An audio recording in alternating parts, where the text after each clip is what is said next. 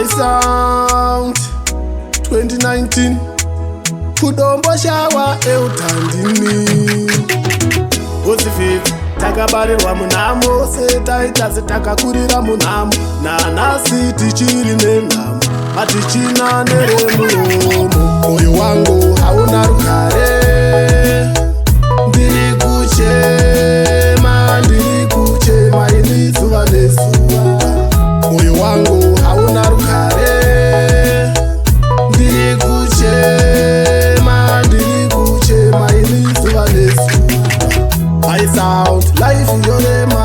kumunhu wese zvinhu zvakaoma asi mapofu nezvirema tarira uone misodzi pamatama kwese kwese zvinhu zvakutura hapana kana kwekutizira chete nhamo haiite kujaira kunge bote rekwaisi dongotendereka wangu hauna rugare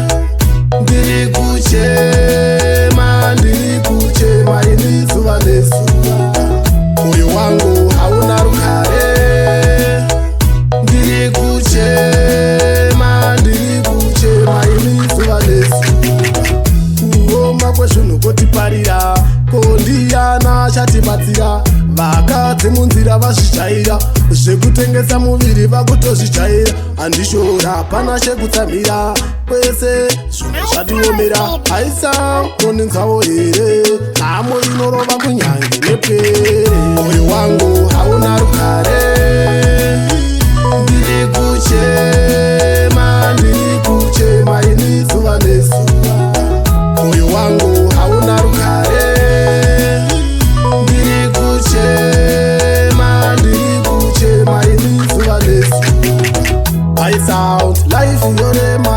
kumunhu wese zvinhu zvakaoma asi mapofu nezvirema tarira uone misodzi pamatama kwese kwese zvinhu zvakutura hapana kana kwekutizira chete nhamo haiite kujaira kunge bote rekwaisi dongotendereka wangu hauna rugare ndiri kuchema